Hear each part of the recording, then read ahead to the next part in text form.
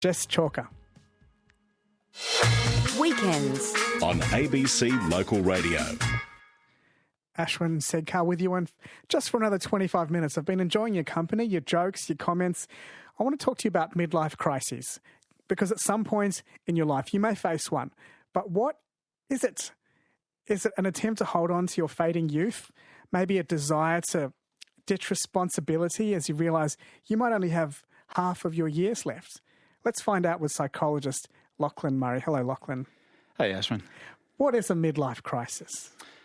Well, we can think of a midlife crisis as the increased anxiety associated with midlife, and the realisation that maybe values and dreams we strive to achieve in the first half of life haven't been met, or they weren't even of our own making in the first place. When does it normally kick in? Most people, or most experts will say 35, 40, 45, that's sort of what we associate with midlife. Do we all have to go through it? Definitely not, no. Okay. No. So what's a way to not go through it?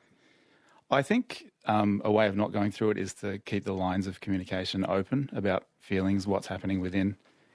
So if you've got good relationships in your life, then use them.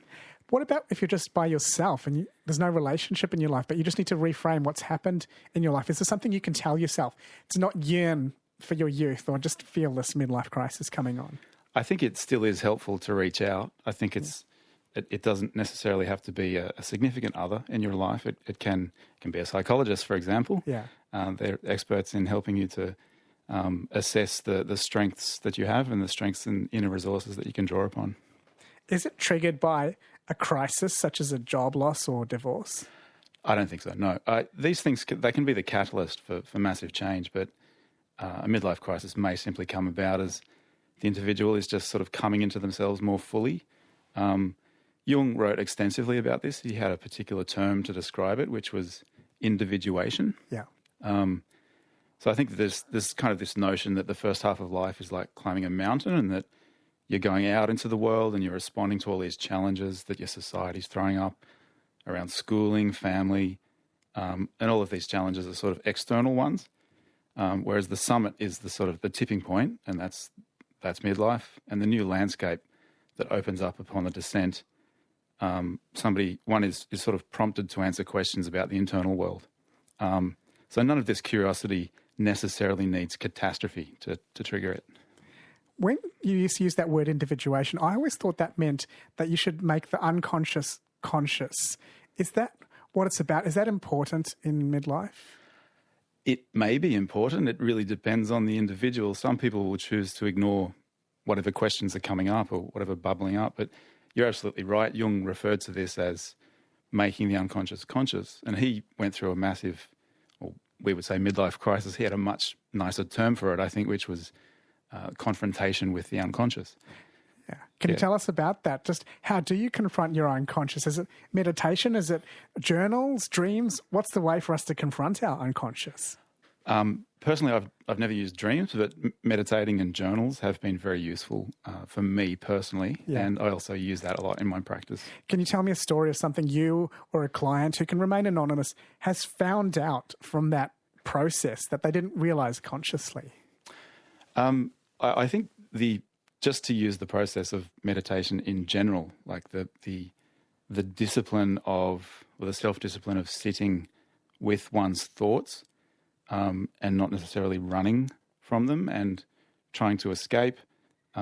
These days we live in a society with a lot of distraction and a lot of temptation to go and seek, chocolate, alcohol, video games, whatever it might be. But that sort of process of sitting and coming to terms with whatever is coming up within is a very powerful and very useful one. I've used that myself over the years as a way of calming anxiety and coming to terms with whatever's happening in my conscious life. Can you tell us some common examples of midlife crises, and does it differ for men and women? I did a reading about this before coming in here. I didn't see any sort of gender-based differences, but there's certainly a cliched version of the midlife crisis where you have the affair with the secretary and then you buy the sports car. I wouldn't recommend that you go down that route. I think that a midlife crisis is characterised by questions that bubble up, and they're best faced rather than ignored or repressed, which is what the sports car might represent. It sounds like you partly answered this with that Jung reference, but can it lead to growth, and how? I think it can, yeah. So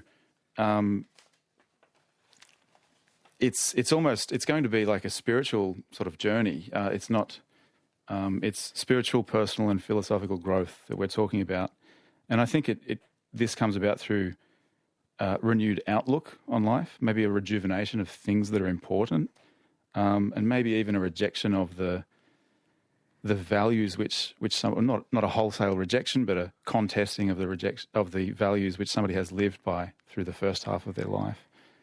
We live in a society that seems to value the first half of the life, the youth and beauty and materialism, not so much the wisdom of old age. Do you think that's making it harder for people in the West, and that's increasing the likelihood that they'll have a midlife crisis? Very good question. I think a midlife crisis is the absolute extreme sort of presentation of this wrestling with, what's it all about. Yeah. I think if you are able to come to terms with these and through more rational discussion, it doesn't necessarily have to be like a crisis. Yes. But in order to these questions are going to bubble up, I feel as if that it could be on the increase in the West. We have a very stressful, and we value youth and speed and wealth and so perhaps. It feels like that. We don't have our extended family networks. We don't hold them up as sources of wisdom as much. Not to idealise what happens in some of those cultures, but I just feel it's easier to be older in some of those places, like India and Asia. I think so, yeah. And so having lived in Korea and Malaysia for 4 years of my life, it's just glaringly obvious that people have these massive support networks around them. There's always somebody that you can ask a question to and go. And I think that's very valuable. And here it's just less common. You're listening to psychologist Lachlan Murray, who is taking us through the midlife crisis. If you've got a thought on midlife crises, you can text me on 0467 922 612. It doesn't have to be in the form of a joke like most of your texts tonight. It can be, or just an opinion on that, 0467 922 612.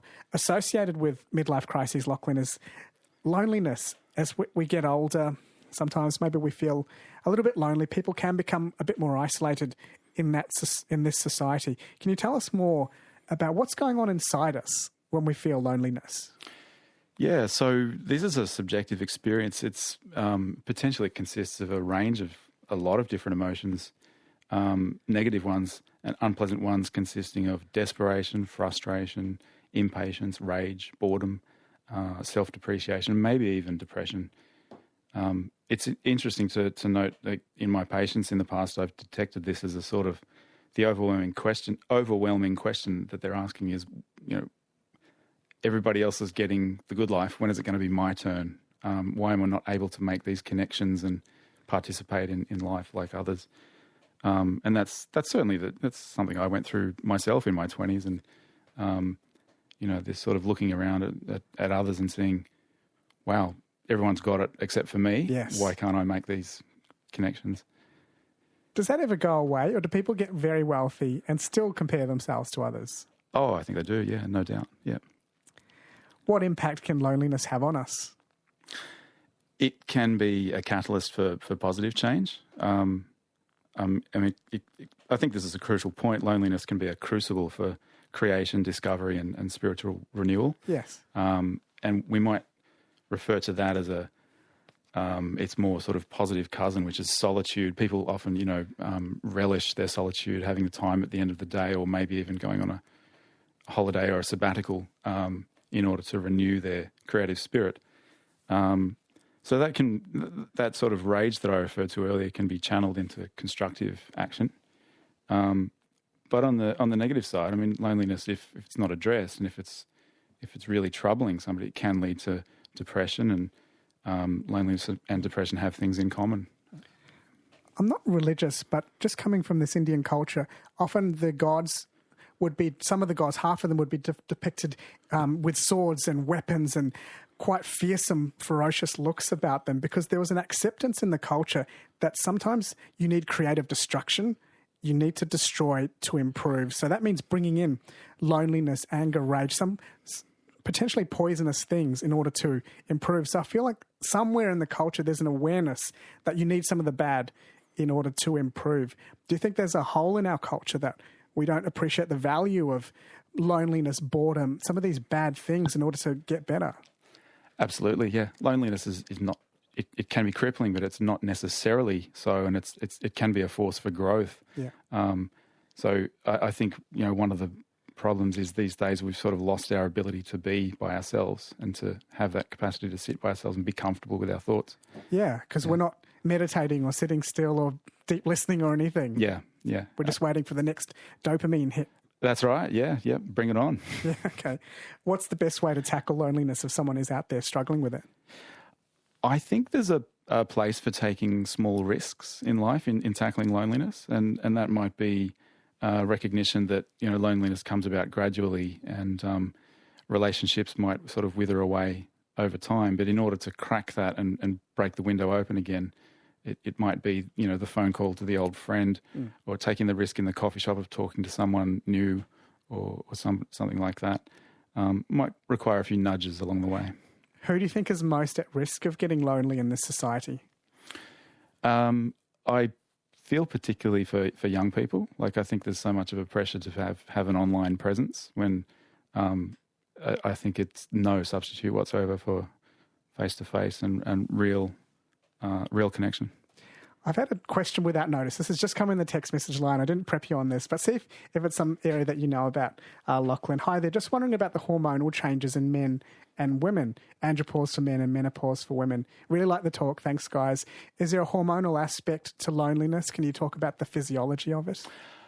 I'm not really conversant with the hormonal aspect, but it's definitely, I'm sure it's driving this sort of perception of the loss of the ability of physical, it could be the prowess of youth or reproductive capability or something like that. So, it's interesting. And I wonder, as a psychologist, you probably have to team up sometimes with physiologists and GPs and psychiatrists, and there's a whole team of you that have to help sometimes.